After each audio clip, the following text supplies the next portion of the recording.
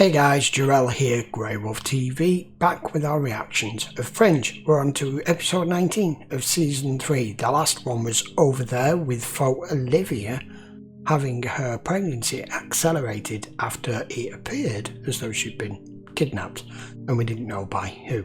However, the end of the episode showed us exactly what had taken place, and it was Walton who was making sure that she didn't suffer with this VPE, whatever virus or problem it is over there. It ends up taking babies and mothers before they come to term.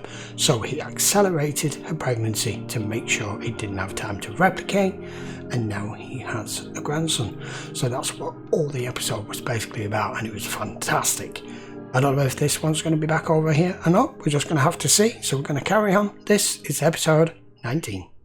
If everything goes according to plan, the electrical current will latch on to the dominant consciousness, which is Belly's, and coax it into its new residence. EEGs are online. You ready, Belly? Aye, aye, Captain. Do it, dear. Really? Okay.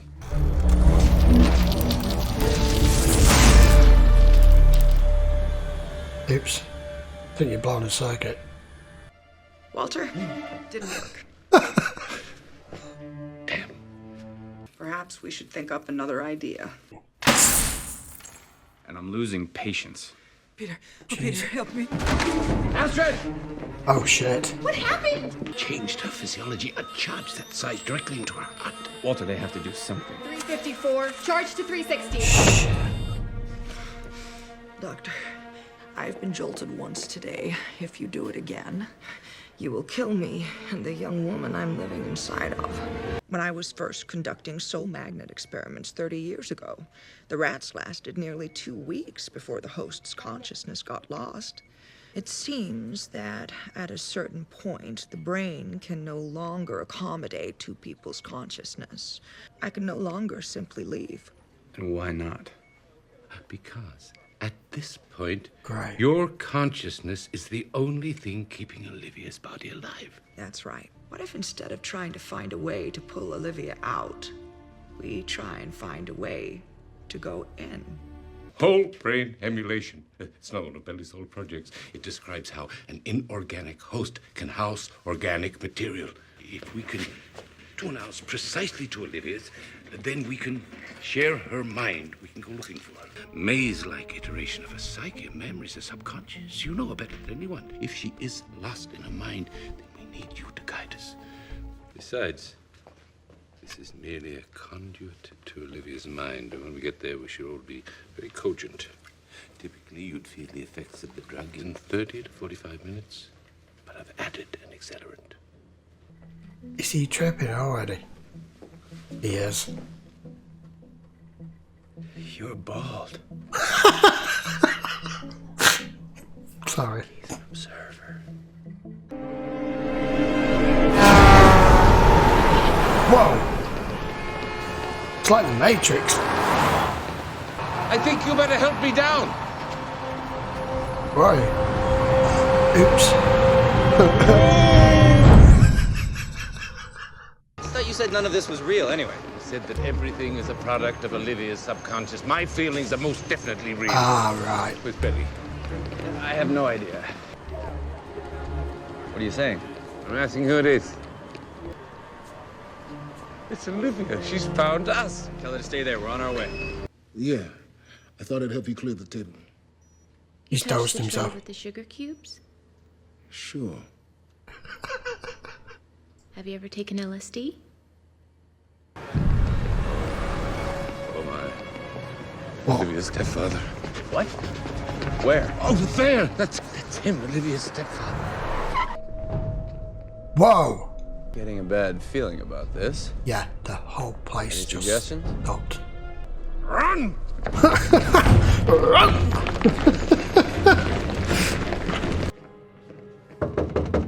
Olivia? You in there? We don't know what her mind's, but on the other side of this door, we should be ready for anything. Belly. I lied. Olivia's not here. I was concerned. If you knew it was just me, Peter wouldn't let you come rescue me. Why are you a cartoon? I'd ask yourselves the same question.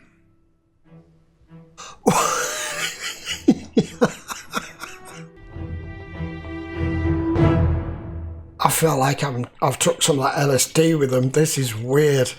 If this is all a projection in Olivia's mind, why is everything turning against us? When she came to us in the lab, she asked for our help. Allowing her deepest fears to run rampant. I expected there to be a logical trail whereby we could track her because Olivia wanted to be found. How can we expect to find her if she's frightened of everything, us included? She'll find a place that she considers to be safe, and she'll hide out. The first place I would look is Jacksonville. Jacksonville's the last place you'd go. Exactly. That's my point. I know Olivia. She knows that that's the last place anybody would look for. What? The Zeppelin. What's with the zombie scientists? Too late. It's a cartoon. He made it. Walter, when we were young and foolish, with too much power and too many dreams that no one could stand in the way of, Yes. we needed each other to check and balance. Now, you possess the wisdom of humility. We didn't back then. The decisions you make will be the right ones. This is a flare gun. You don't want to get shot with a flare gun. Peter. Walter, stay back! Nice to meet you. Oh, brilliant. Oh!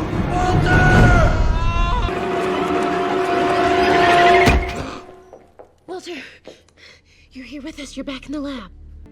Oh, Dan. I'm back. He knows there's no time to come back. And even if he tried, he would never find us. We'll need to take possession of a vehicle. Do you drive a motorcycle? I would love to ride on a motorcycle. Hold on. If we want to get to the Jacksonville Daycare Center... She won't be at the daycare center. We need to go that way. Hand me those tubes, dear.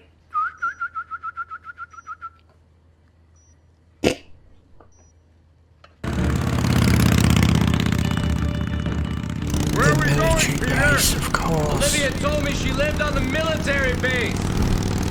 She's gone home. Oh, crap. Olivia once told me that she sometimes thinks about what it would be like to just be normal. She told me that the last time she remembered feeling that way was the day before she met you and Walter at the Cortexiphan trials. I think she's down there somewhere. Where? In that house, on that day, hiding out. Her real dad painted the door red. He told her that it was good luck. The army told him it was against regulations, but he was an important man, so they let it slide.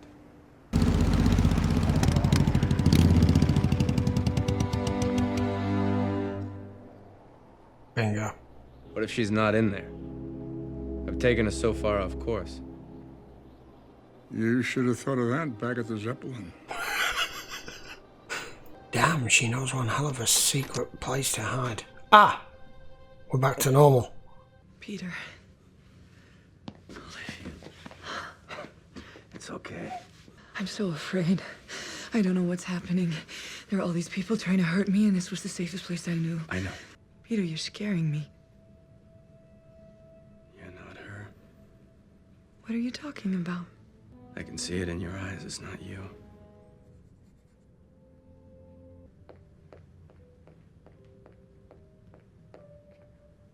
I just needed to know it was you. Olivia?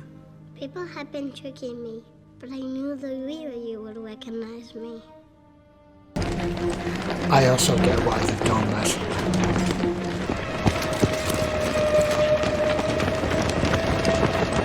No!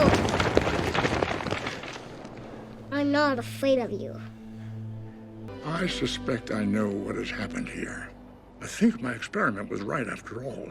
You should have been safe inside your mind. Except it's you, and you have never felt safe. You took the opportunity to let your fears overwhelm you, but you just fought back. In the end, you are as strong as Walter and I always believed you were. Now, you go back. But not me. For you to survive, I need to leave. You do. I don't understand. Please, tell Walter that I knew the dog wouldn't hunt. You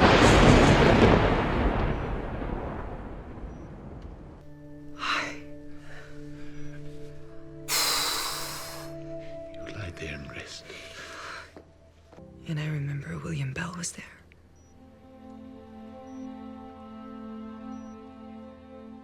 Oh no. It didn't work. He's gone. I think Bell gave me a message. He said, tell Walter that I knew the dog wouldn't hunt. When we would do experiments, he would use that expression when he knew something wouldn't work. But he suggested the computer was his idea. Exactly. He knew he wasn't coming out. Who is this guy? Who was I saw him in your mind. You had him locked up in a Zeppelin. He was just flying around, trapped in there. Yeah, I don't know. I haven't seen him before. Huh. But I think that he's the man who's gonna kill me. Okay. First, let me say, that is the weirdest, trippiest, most surreal episode of television that I think I've ever seen on a TV series. Ever. Where do I start with that? That was an absolutely fantastic piece of writing. The way they pulled the storyline in for this episode, mixed it with like cartoon anime kind of style, and were able to bring Leonard Nimoy into it, where he had a voice role. And obviously when this was filmed, he was too ill to be on set and to be running around for what scenes that showed, so they made it into a cartoon style, so all he needed to do was do voiceover work. Because I know this was, you know, recorded not far before he died, and wasn't well enough to be able to be filming in person, but he was still doing voiceover work.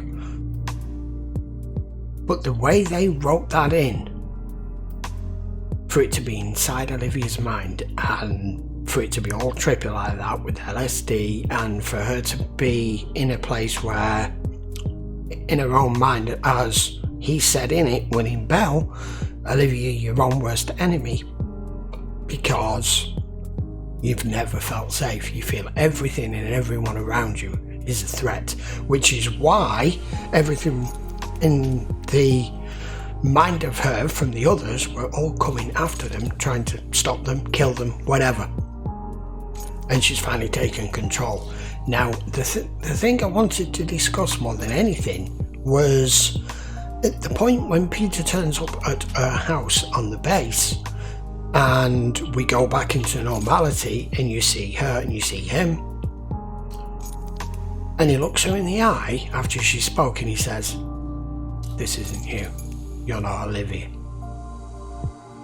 I think that's quite pivotal, because we've already had this discussion in a previous episode, because she asked him about this with For Olivia going, I know she was convincing, I know all the full story, blah blah blah, she knew everything about me, but how did you know it wasn't me? You should be able to have been wary and to be able to tell it wasn't me by looking through my eyes and knowing it wasn't me.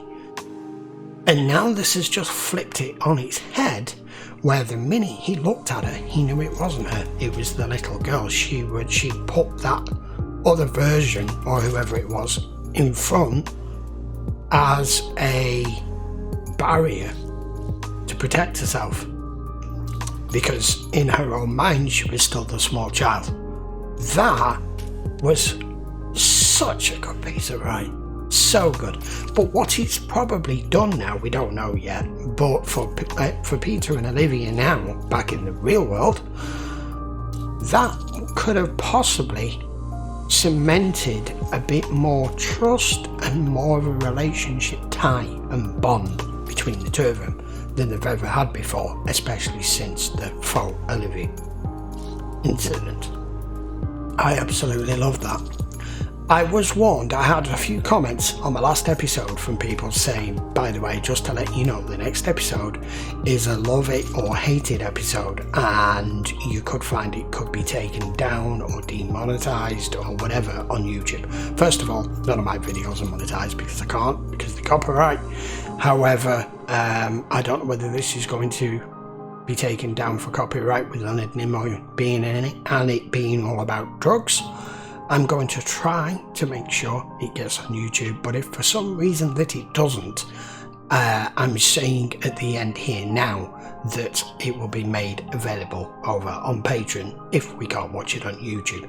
So I can understand why people commented and told me that this in particular is an episode that I could have trouble with. Right, let's just push that to one side. Anyway, so William Bell is now gone, and because he tried the way he thought it was going to work with this soul magnet thing, like he said he experimented on rats and the host consciousness went eventually, but he never found it where he couldn't move the consciousness elsewhere. They tried with that cadaver and it didn't work. He knew at that point for the only way for them to have Olivia back was for him to leave one way or another, and that's how he convinced Walter. This I knew the dog wouldn't bite thing, he explained himself, saying that's when he knew things weren't going to work, when an experiment was going to fail before he'd even started it. So he knew he wasn't going to download into the computer. I thought that was a little bit too far-fetched, even though everything else is what's possible on Fringe. I was wondering whether that was going to work, and it turned out it didn't. So William Bell is gone for good, and Walter is now having to come to terms with it. But at the same time, because of what's going on over on the other universe with that Olivia, and she's just had Peter's kid, I don't know what's going to happen now, because I think that's just created a huge bond between the two of them here. And if he finds out he's then got a kid, what the hell's he supposed to do? And finally, that guy from the Zeppelin with the white t-shirt with a funny symbol on it, I just thought it was someone from her past that we didn't know. And even William Bell said that. And then she tells us at the end, no, I don't know him either. All I know is he's the person who's going to kill me. What? What? More confusion. I do love that Fringe gives you 90% of the answers, but it always presents you with new ones before it ends for another episode. And that's just done the exact same thing. However, I think I've got to rate that as one of the best episodes of this season, because it was so well done and so well put together and completely unexpected. And as the viewer, you feel like you've taken the LSD with them and you're in there with them with this. It was so surreal. Right, I think that will do, guys. I will be back with episode 20 in the next few days. Until then, thank you very much for watching. I hope you get to watch this on YouTube. If not, it will be on Patreon. Right, please put your comments down below. Don't forget to turn notifications on. And if you enjoyed the video, please give it a thumbs up. And I'll see you for the next one very soon. Till then, guys, thanks very much for watching. Take care.